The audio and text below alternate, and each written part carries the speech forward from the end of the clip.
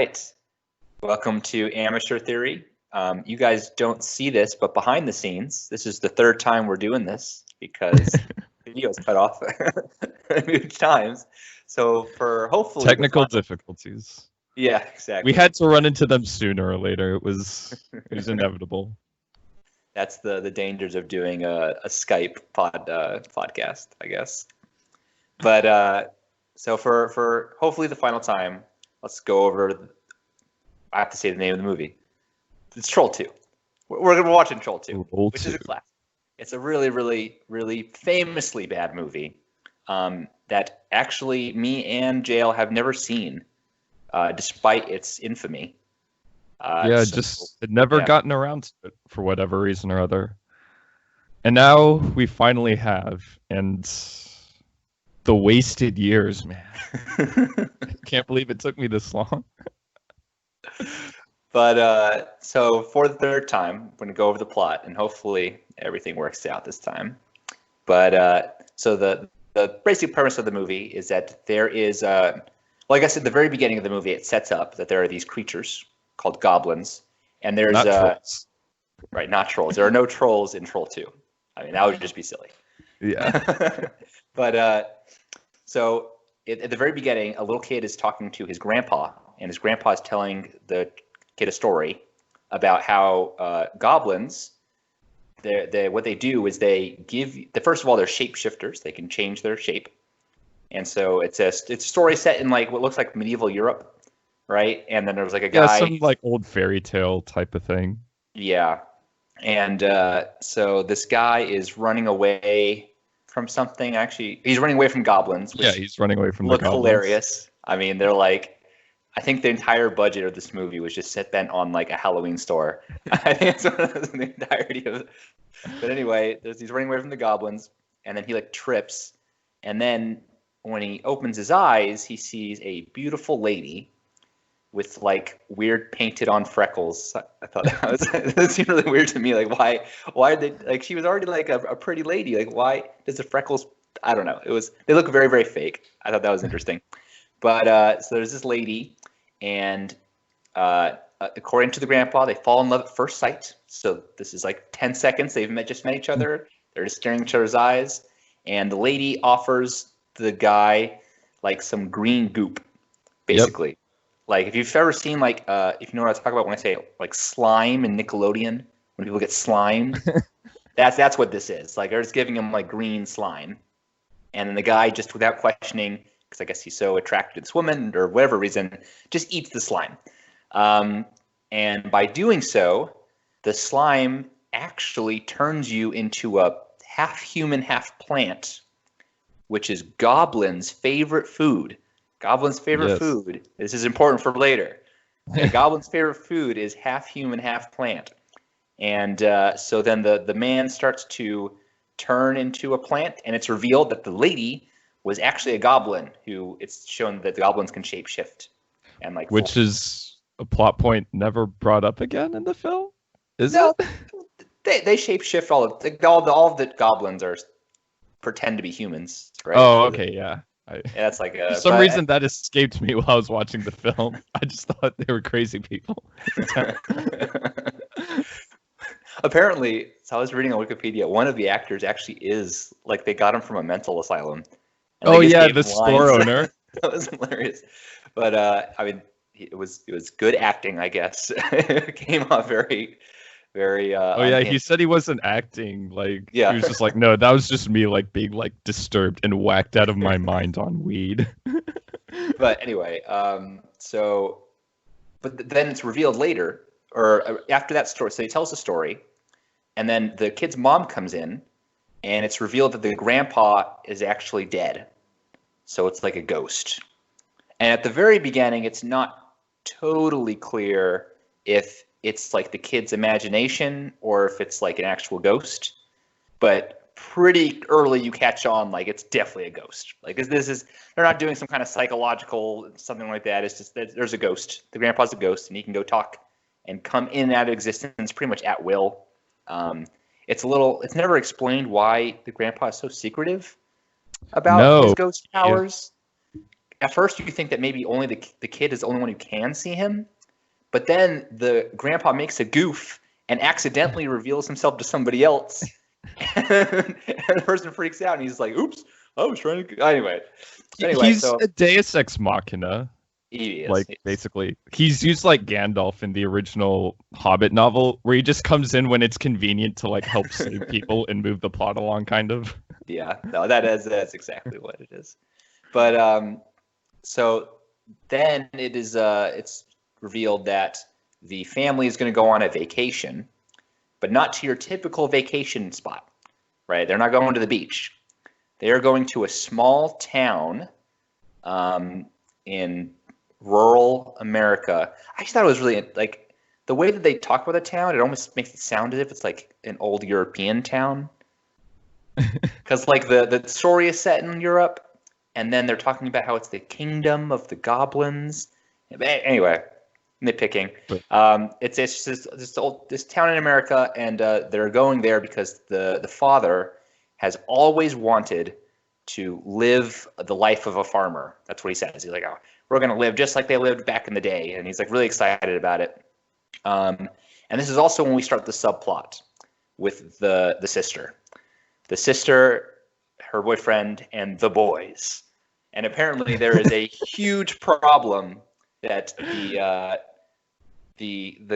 sister really does not like her boyfriend's friends, and she's constantly having him choose. She like says over and over, like, it's either me or the boys or your boys. And so that's actually one of the major conflicts of the film. Actually, is this.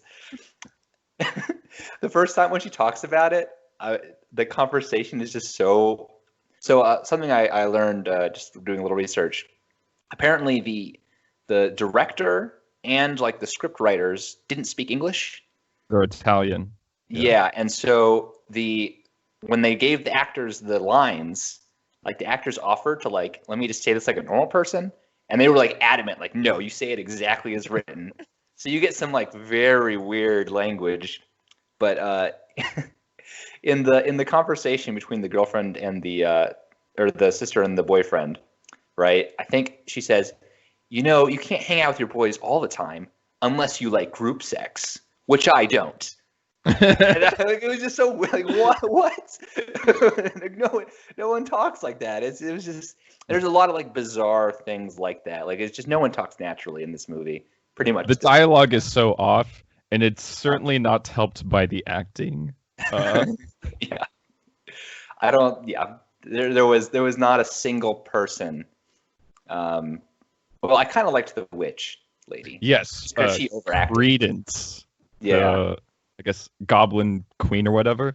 She kind of reminded me of Uma Thurman from the Batman and Robin movie. Like, I got the sense that she looked at the script and was like, "Oh, this is what I'm doing. Okay, all right, just go all out. I'll ham it up." Right. But okay, so they go on to this small town, and what they do is they have like this. They're doing this a small town by the name of Nilbog, which comes into play later. Right, and so they're doing some kind of like exchange of like they're switching homes with a family, and the other family is switching homes with them. And right off the bat, they meet this other family, and the other family is acting just like suspicious as hell. Like, they're really not normal. They're just like standing in a row, like being very, very mean. And then.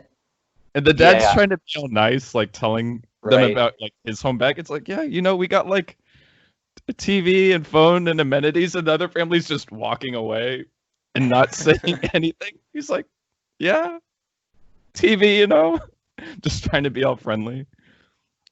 Oh, but as they were driving to this place, the ghost grandpa came and told the kid that they need to leave. They shouldn't go. They need to turn around. They can't go to this spot. And it's further alluded to that this might be a bad place when one of the family, the family place that they're moving into, the Rude family, throws the kid a baseball with words on it written in green slime. So that's a mental note. Oh, green, we've seen that before, green slime.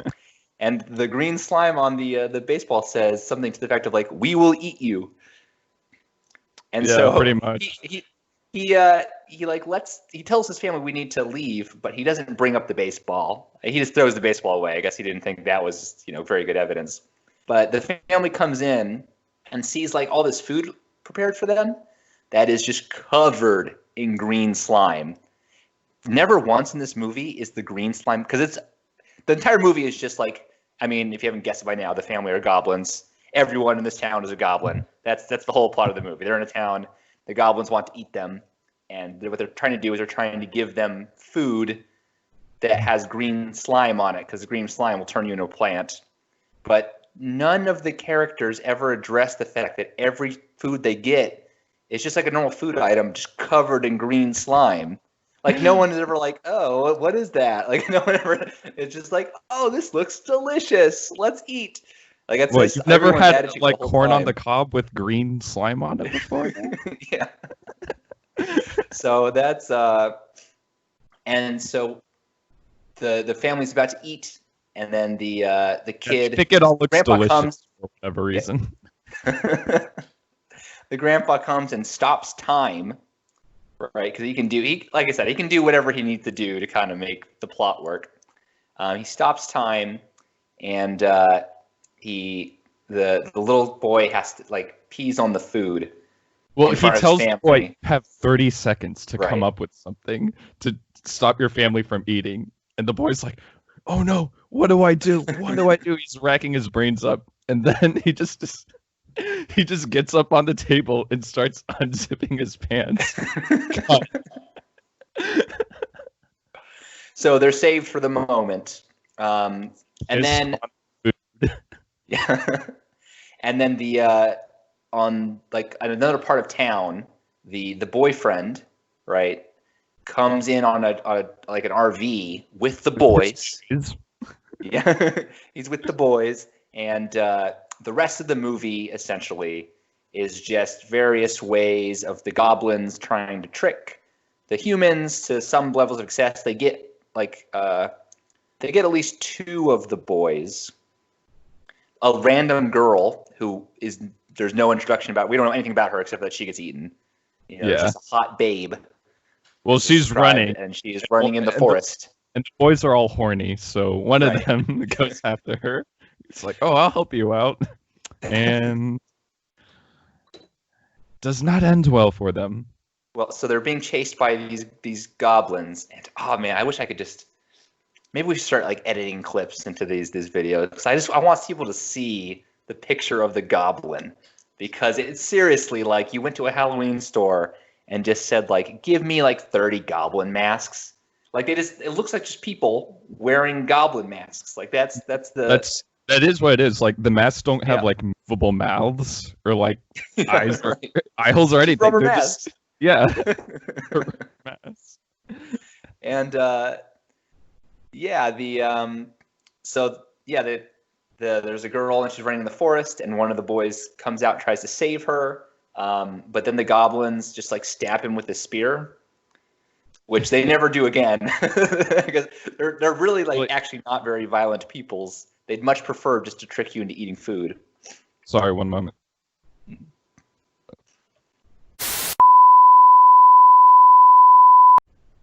Sorry about that.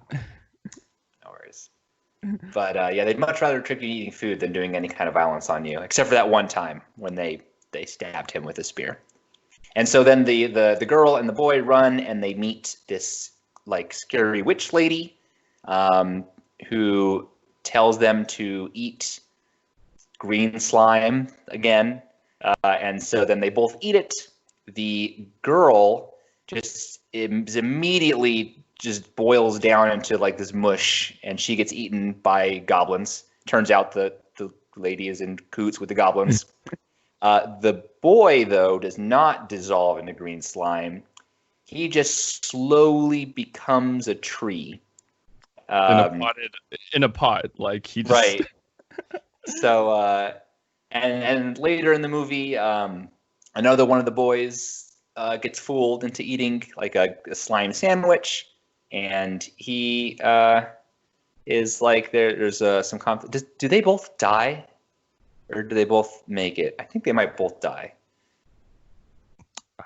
Is it brought up again? Even I don't know. Well, I remember that the boy who eats the sandwich tries to save the plant boy. Yeah, he tries taking him out of the pot, Right.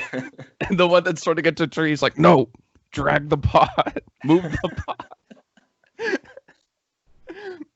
So he's like literally just taking this big pot and like slowly dragging it across the church. And then I guess like kind of skipping forward, there's lots of funny scenes that are just very awkward, but skipping forward, it's revealed at one point because the boy like listens in on a sermon. They have church there it's like Goblin Church. And in Goblin Church, all they talk about is how much they hate meat. That's the whole thing. Like they're like, oh, we hate sausage, boo. Oh, we hate bacon, boo. And so like that was, and so at the climax of the movie, when the boy's about to be eaten by goblins, he remembers the sermon and grabs like a ham sandwich and like puts a double-decker bologna sandwich. It's in his bag that his grandpa gave him, and his grandpa said, "Don't use the items in these bags in this bag unless you really need to." But as soon as it's like the sandwich was basically kryptonite. Like all the goblins are just like, oh no, and can't move because they're kind of transfixed by the sandwich. The boy, with the help of his ghost grandpa, manages to like destroy the goblins. Although there's kind of a twist at the ending where the goblins don't actually die. It's kind of like a horror movie, but it's still it's back. But he kills them by putting his hand on a rock that is apparently from Stonehenge. Again, one of those things where it's like, is this Europe or America? Like, I don't know. It's like not clear. But he puts his hands on a rock on Stonehenge and concentrates really hard. And then his family comes and concentrates with him. And then he tells them to put everybody's hands on the stone. And then the goblins die. That's it. So. But do they actually die? Because at the very end, they come back home. They come back. And yeah. And they eat his mom. His mom turns to go on the table. They're eating her. He screams. Cut to credits. So spooky. But while I did enjoy this movie, I did not enjoy it as much as some of the other bad movies we've watched. I don't think it's as good as The Room. And the reason I don't is because both of these movies, if you like, the directors have said they tried to make a comedy, right? They were both, but with The Room, I don't believe Tommy Wiseau was trying to make a comedy. Like, I just don't believe him. With this movie, I do. Like, it's so absurd and so like ridiculous that I don't think anyone was trying to like play it straight or trying to make like a serious film. Like, this was someone who tried to be bad for laughs and succeeded, right? And I mean that has its merits. Like there are movies like that are good. I mean, this made me laugh and it was funny, but it's not quite as funny to me as someone who tried really, really hard to make a good movie and fell flat. See, I don't know if I get the same sense as you. Like, if the director's gone on record saying that they tried to make like a horror comedy, I can kind of see where that comes from, but at the same time, it still feels like just a movie mostly, the product's mostly from incompetence. Like, but okay, I think like they're like, it's genuinely trying to be like frightening and spooky at times and just like failing on every level. Well, okay, so like as we revealed, the secret weakness of the goblins was a bologna sandwich. And I feel like if you're trying to be spooky, that is just, I mean, no person in their right mind would ever, like, that's not what they would come up with. That just has to be comedy. Like I have to believe that no one thought that seriously and be like, that makes so much sense. We'll have the bologna sandwich. I think even like the director went on record saying that he made the movie because he was like annoyed that his girlfriend was going vegetarian or something. And it was like, no, it was his wife. His wife, who wrote the script, she said she was inspired because a bunch of her friends were becoming vegetarians and that pissed her off for whatever reason. And I mean, I think that kind of comes through, that it's like this like anti-vegetable movie, right? Pro-meat, anti-vegetables. That's just it's so absurd. And like I said, I appreciated the absurdity of it, but to me, like there's lots of bad movies. Like I don't think it'd be difficult to make a bad movie in this style. Like I could make this movie, right? Just write a terrible script, hire actors who don't know what they're doing, and have like a shoestring budget. Like that, I think anybody could do that. But I don't think just anybody could make The Room. Not anybody could make Battlefield Earth. Like that requires like a certain level of sincerity to going in that made me appreciate those movies more personally. But again, like not to say I dislike this movie. I think this movie is pretty funny. It's a funny comedy. But as far as like the worst movie ever made, if the movie's trying to be bad, I don't think it can be the worst movie ever made. Because if you're trying to be bad, I could make a worse movie, right? I could just make throw a rock and be like, that's the worst movie now. But like that is not really what the worst movie ever made really means, right? It means that it failed at what it was trying to do, at least to me. And I don't know if this movie actually failed. I agree with your basic, or I agree with that, like, good bad movie. Like, they're better, like, when they're trying to be sincere. But I don't know, for whatever reason, I guess I can't quite articulate why I think this. Like, this movie still feels like it was trying to, like, I get a sincerity from this film. Like, I don't watch this and think it's something like Sharknado, where the director's like, oh, we're making a silly bad movie. Like, I felt like most of this was, like, fucking up, like, on, like, an unpurposeful level. I guess I would say that even if the concepts are absurd, like I don't think that the bologna sandwich bit is because, you know, the scriptwriter couldn't think of something better. I think they were just trying to be silly. Some stuff, like some of the dialogue, which is just so I think the thing that made me laugh the most was when Niblog, it was like, Niblog, that's Goblin backwards. And it was, yeah, like that, I mean, even that I could think that's kind of inspired comedy writing. I could see that being kind of funny. Like someone trying to be intentionally funny could make that as a joke. But some things like the special effects, maybe they didn't intend the special effects to be as bad as they were, because it really, I mean, this might have been one of the worst. Plan 9 from Outer Space looked better. Like it was a more like the special effects in that 1950s movie was better than this movie, which is from the 90s. It just looks like a home video. Like I've seen some YouTube productions that are like higher budget, or I don't know what the budget with this movie was, but whatever budget they spent, probably wasn't very high. Yeah, but it's so bad. It's just so incredibly bad. So I mean, in that respect, I guess.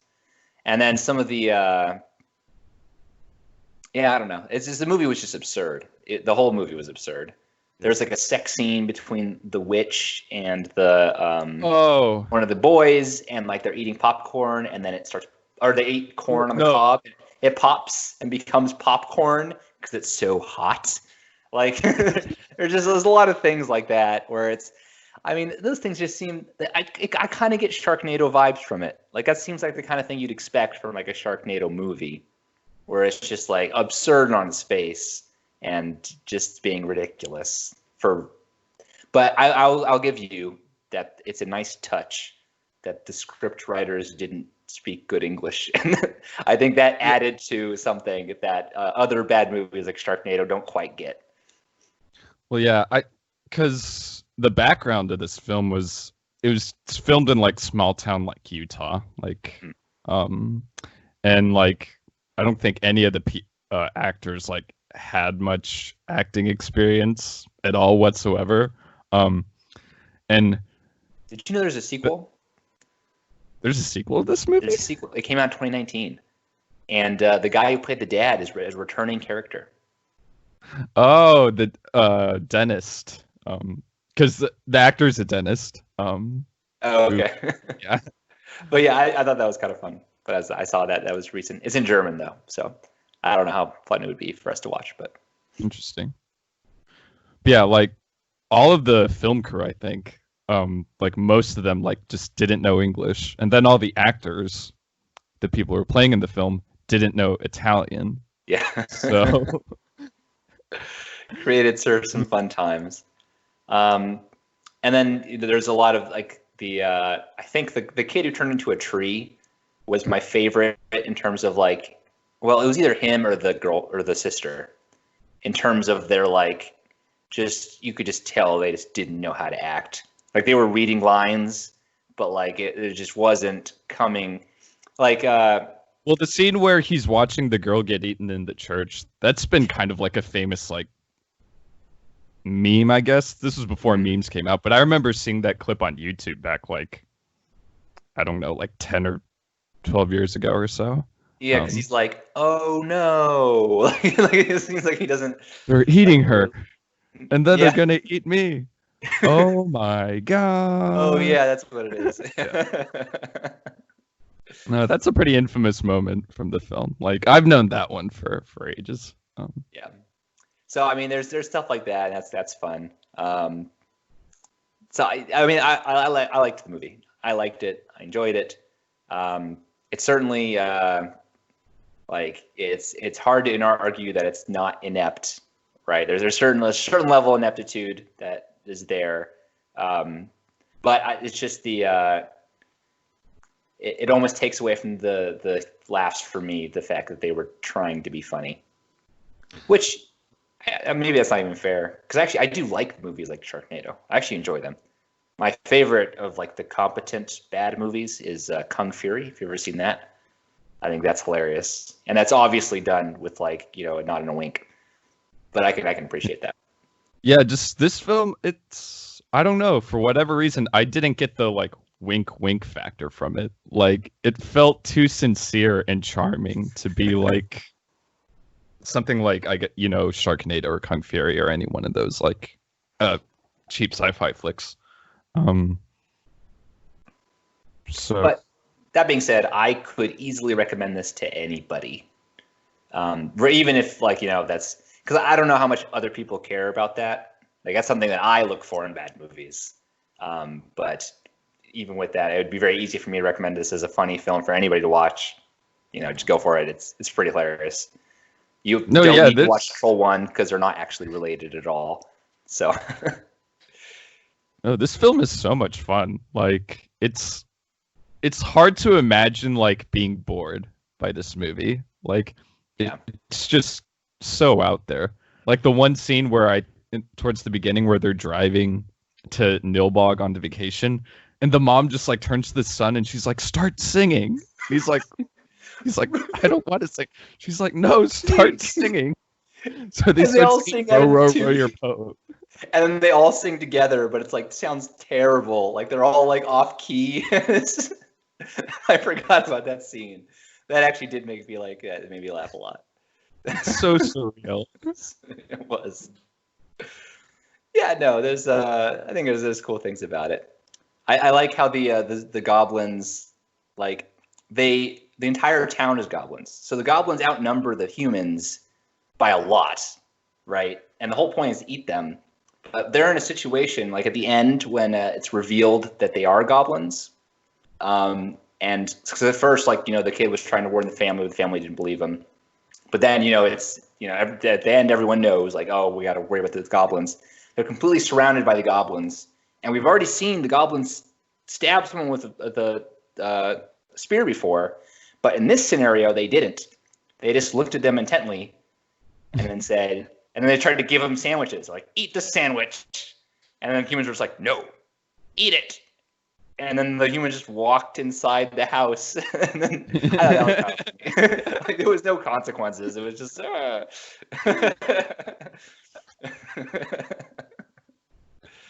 And then when they did at the end, like they waited for like a long time, like they waited like a day basically for the humans to eat the sandwich. And when it came clear the humans were not going to eat the sandwich, it turned them into plant people. Then the goblins attacked, and which maybe that's why they didn't do it before, but they were very, very easy to. I mean, the humans were just like, pushing them off left and right. They seem kind of pushovers a little bit, so maybe that's why they didn't fight initially, because they're actually kind of. I mean, they're not very. They don't seem very strong, and they have that big weakness to meat. So actually, not that fearsome, really, if you know what to do. I mean, all you need is a bologna sandwich, and like, you're gonna own them, man. And then I also thought it was just kind of weird that, like, I don't know. They said that the small town is like the kingdom of the goblins. I don't remember that line. Okay. Well, I mean, I think that's what I remember, is that it's the kingdom of the goblins, this town. I mean, it is Nilbog. Or Nilbog, yeah. But like, why are the goblins? I mean, they must put so much effort into like pretending to be people, right? They have a whole town with like modern amenities and like all these buildings when they're just like forest living people. So the whole setup is so that they can draw people in to eat people ostensibly. But like, who are these people? Obviously, there's this one weird family who wants to vacation in the middle of nowhere in a small town. But like, is this a normal occurrence? Are they getting a lot of people to come through? There is the lady, this one woman who's just randomly running through the forest, and we don't know anything about her. So I guess I don't know the context about that one, but it's just. Well, the goblins, like, you guys are like living in like the middle of like nowhere. There's a forest right over there. You guys can grow gardens, like. Just... But no, we established at the beginning though that half plant, half people is their favorite food, right? It's not just plants. They're going to eat half plant, half people. That's the good stuff. Oh, have to try it someday. But yeah, overall it was fun. It was a fun movie. No, I don't know. There's this like charming, like energetic, I don't know, joy to it. Like I was like into this film the whole time for whatever reason. It did seem to me that like I got the sense that all the actors were having fun. Yeah, like every single actor, even if there was like this like language difference or whatever, I think that the actors who were acting, it might have been as amused as we were at saying the lines as we are at hearing the lines, because it is so absurd and the special effects are so bad that I think that it wouldn't surprise me if they found an enjoyable experience. Actually, the kid, I guess, made a documentary about this time. Best worst movie. Yeah, I think it like won like some award or something. So I guess it's supposed to be pretty good. Yeah, I've seen some of it. I haven't seen all of it yet, but just I don't know. I liked this movie enough that I want to know more. I want to understand what went on here. Yeah. What did you think about the like the direction? Like I'm thinking of like the framing and like stuff like that. I think it was competently shot, actually. Like in terms of just like placing things in frame and showing us what you need to show us, like that was actually all mostly like just fine. Like it wasn't like Battlefield Earth where you're just like, what the hell is this guy doing? Like it's like, whoa, dude, calm down for a second, chill out. No, this like those very basic technical aspects were like adequate mostly. Yeah, and I actually thought like the pacing and like the story structure were pretty good too.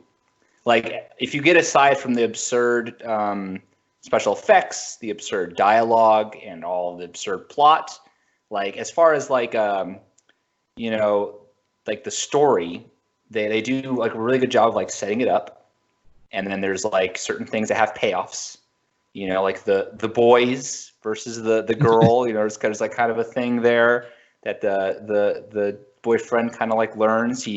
It's a weird you know, put your girlfriend before your boys kind of moral. It's a weird moral. Like, but anyone else, like, you could just spend time between right. friends and like your girlfriend. It's not that hard, right?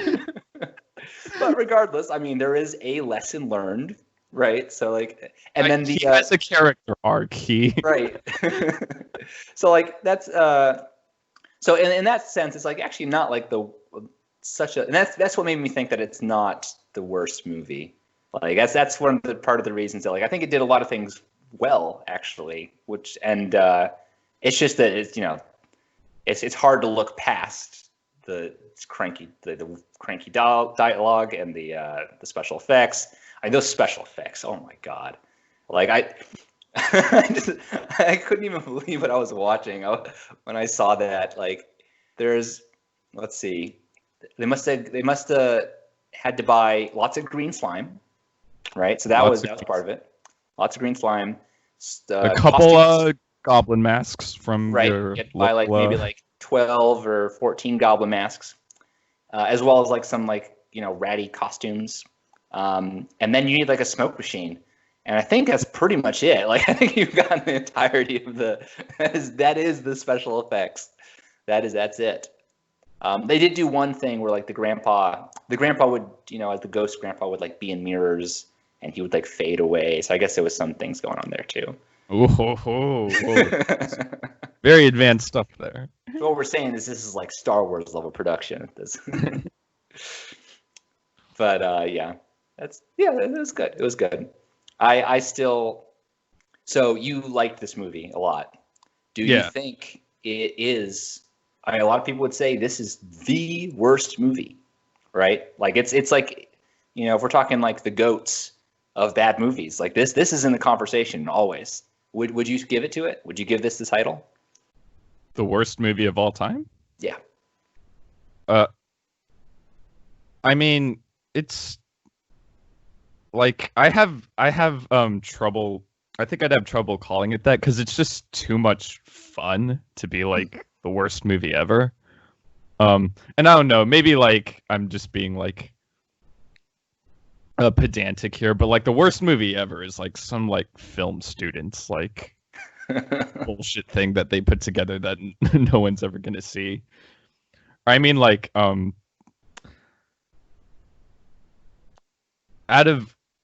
trying to think. So, out of all the movies I've seen in my lifetime, is this the worst movie? And I have a hard time, I think, separating like maybe like looking back at a film, like its quality from like how much enjoyment I derived from it. Because like I just had too much with this film. I just had too much fun with this film. Okay, would you say it is the best bad movie?